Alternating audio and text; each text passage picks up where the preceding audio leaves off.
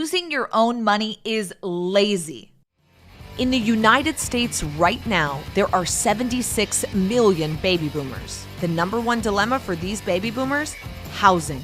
That dilemma can be your opportunity. Welcome to the Assisted Living Network podcast, where you can discover how just one residential assisted living home could secure your financial future forever.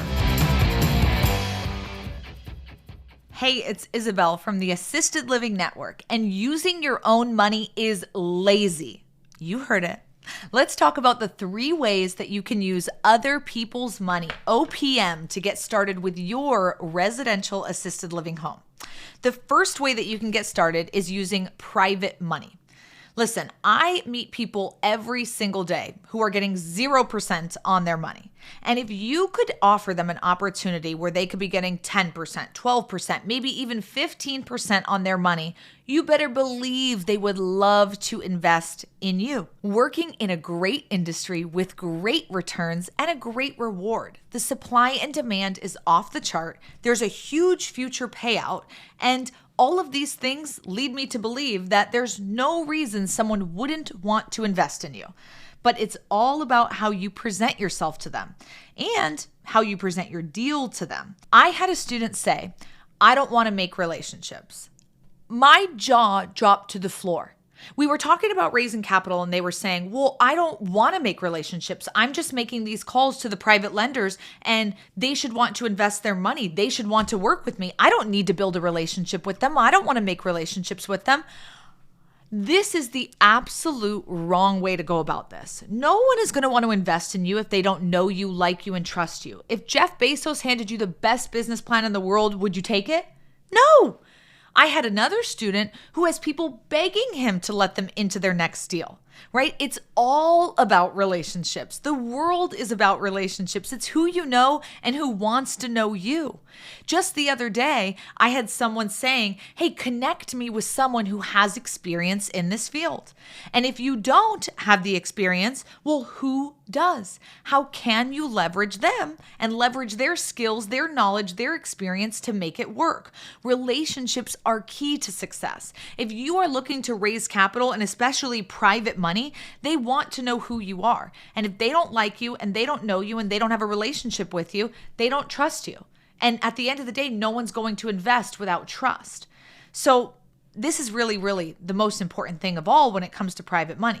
Now, if you want to tell me that you know 0 people with money to invest, then number 1, I'm going to tell you need to start hanging out in different circles. And number 2, maybe you don't know them, but you know someone who knows them. Ask for an introduction. Again, closed mouths don't get fed. Relationships are everything. Who do you know who knows the person who may want to invest in you? There's always someone around. It's the 10 degrees from Kevin Bacon or whatever it is, right? And so we need to make sure we're looking at who's in our circle and who's in the outer circle and who's in the outer circle. You never know who knows someone who is the person you need to get in touch with. The second way that you can use OPM to get started in your residential assisted living investing journey is by using a bank loan. I will say this time and time again, local banks are better than big banks. They may give you better deals. And I want to say this, keep pitching. Keep presenting the project. We had a student who went to a local bank and they presented their deal and the bank said, "This is amazing, but we're not going to take action on this. No, thank you." And that's okay. The banker who worked at that bank, he actually moved to another bank. And months later, he called back our student and he said, "Hey, do you still need funding on that deal? I remember that deal you brought to me, that assisted living deal, and it was actually a really great deal. And I don't know why that bank didn't want it, but this new bank I'm working at, they definitely want it." What lesson are we learning there? Don't let your no's be no's. Don't let them be the end. Keep pushing. As Kris Jenner always says, right? If someone tells you no, you're just talking to the wrong person. And I think that's so important. It's a lesson we can all take with us. Banks may not want to work with you on your first deal. reality check. And that's okay. Even if they denied your first deal, you can always come back to them on a second one. Once they see your stats, once they see your returns, once they see that you've successfully done this and the proof is in the pudding, they're going to be impressed and they're going to want to work with you, because when they see those deals, when they see those returns, it's going to be quite eye-opening. And they're going to say, yikes, we wish we would have said yes on the first one, but we're not going to let this second one go. So when it comes to raising capital for your residential assisted living home, don't count out private money or bank loans, specifically local bank loans. The last topic I want to talk about is syndication. This is when 2 or more lenders come together to fund one single borrower's deal. Some deals have 10 or more people in the syndicate, and others have even more than that. It depends on what you need and what you're looking for on that specific deal.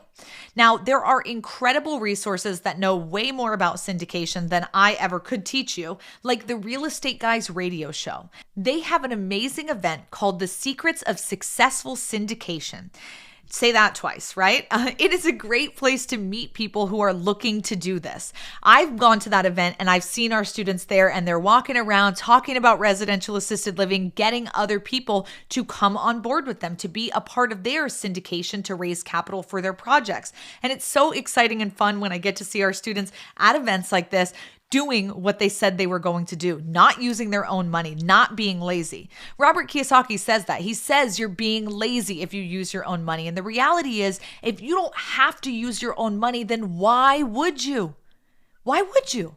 Is it because you're scared? Is it because you're lazy?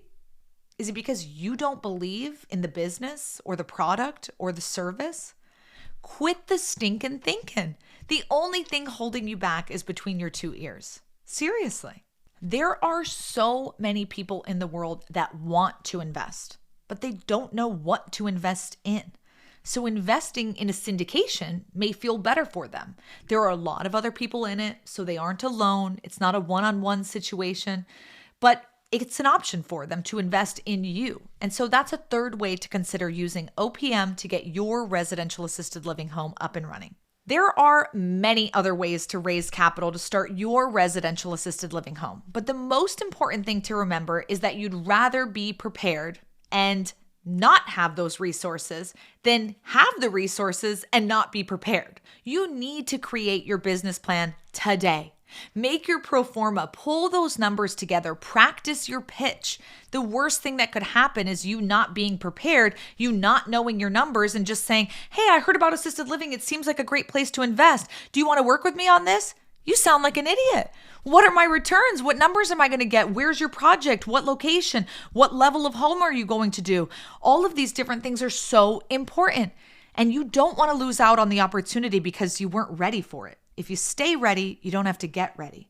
So make sure that when you're looking to raise capital, you are prepared. You have your ducks in a row, pro formas, PPMs, business plans. And if you don't know how to get started with that, make sure that you check out our training courses at the Residential Assisted Living Academy. We host 3-day training fast tracks where we have talks on topics exactly like this: how to syndicate your project, how to get financially prepared, what you need in your business plan to look good to your investors. I know you want to raise that capital, and I know you're not lazy. So let's get started. Thanks for listening to the Assisted Living Network.